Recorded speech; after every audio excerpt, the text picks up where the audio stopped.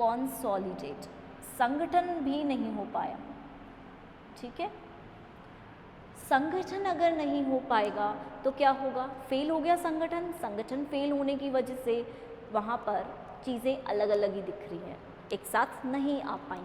Example देते हैं हम 2 लोब्स ऑफ पेंक्रियाज का, यानी कि पेंक्रियाज बन रहे हैं, अलग अलग बन रहे हैं। अगर सपोज मैं बोल रही हूँ पेंक्रियाज के पार्ट्स हैं, एसाइनाई सेल्स होते हैं पेंक्रियाज में, स्लेट्स ऑफ लैंगरहंस होते हैं, तो ये अलग अलग जगह सपोज बन रहे हैं, तो इनकी लोब्स डिवाइडेड रहेंगी और एक साथ संगठित हो जाती है सारी चीज़ें। बट यहाँ पे संगठन नहीं दिखेगा, तो पेंक्रियाज आप सबको पता है एक ही होता है, सिंगल पेंक्रियाज होते हैं। तो यहाँ पे पेंक्रियाज में अलग अलग लोब्स दिखाई दे रही है अगर, तो हम क्या बोलेंगे, अलग अलग पिंड दिखाई दे रहे हैं, यानी कि उनमें फ्यूजन नहीं हुआ, वो संगठित नहीं हो पाए, वो एक जगह पर आ नहीं पाए। और जब वो एक जगह पर नहीं आ पाए तो इस चीज़ को हम क्या बोलेंगे, फेलियर हो गया। ठीक है, नेक्स्ट बात करेंगे हम फेलियर टू एट्रोफी की। फेलियर टू एट्रोफी, एट्रोफी का मतलब होता है चीज़ों का, ऑर्गन्स का गायब हो जाना या डेथ कराना या क्षीणन की तरफ लेकर जाना।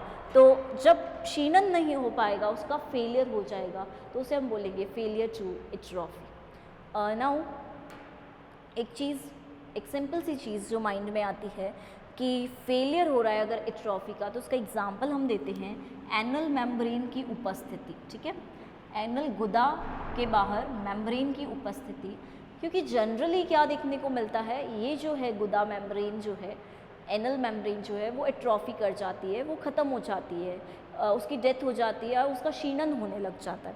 तो उस कंडीशन में क्या होगा, वो गायब हो जाएगी। लेकिन जब ये दिख रही है हमें एनल मेम्ब्रेन, दैट मीन्स ये एट्रोफी की तरफ नहीं गई, तो एट्रोफी नहीं हो पाया, इसलिए एनल मेम्ब्रेन दिख रही है। ये भी एक तरह का विरूप जनन या एक तरह का विकार हम बोल सकते हैं। 8th बात करेंगे हम फेलियर टू माइग्रेशन की। माइग्रेशन नहीं हो पाया। ठीक है, जहाँ माइग्रेट करना चाहिए था सेल्स को, वहाँ पर माइग्रेशन नहीं हो पाया, विस्थापन नहीं हो पाया। इन माइग्रेशन नहीं होने की वजह से हम एक कंडीशन देखते हैं अनडिसेंडेड टेस्टीज की। जस्ट बिकॉज टेस्टीज जो है वो डिसेंड डाउन कर जाती हैं, टेम्परेचर लो होता है, नीडेड होता है स्पर्मेटोजेनेसिस के लिए, बट क्योंकि माइग्रेशन नहीं हो पाया, उस कंडीशन में टेस्टीज का डिसेंडेंट नहीं देखने को मिलेगा, डिसेंड नहीं करेंगी डाउन, एब्डोमेन रीजन में ही प्रेजेंट रहेंगी, तो उस कंडीशन को भी एक तरह से टेरिटोजेनेसिस की कंडीशन माना जा सकता है।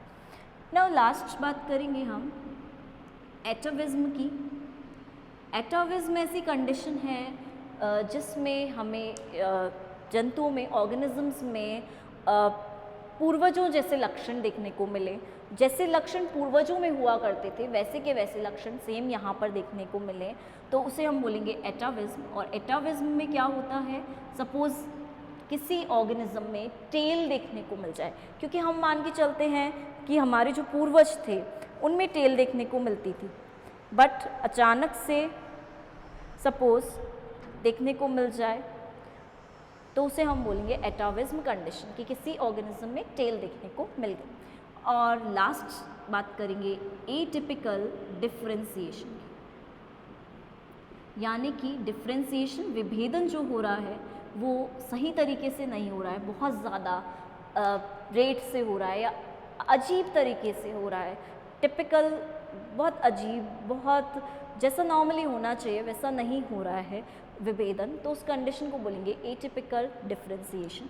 और इसमें देखने को मिलते हैं हमारे कैंसर सेल्स, यानी कि सेल्स में बहुत ज़्यादा डिवीजन हो रहा है, एक्स्ट्रा डिवीजन हो रहा है, बहुत ज़्यादा विभाजन हो रहा है, तो उस कंडीशन को बोलेंगे एटिपिकल डिफरेंशिएशन, कैंसर सेल्स। तो आप इसको देख सकते हैं एक बार, ये पूरा एनोमैलीज का है, देख लीजिए, नोट डाउन कर लीजिए, स्क्रीनशॉट ले लीजिए, and thank you for listening.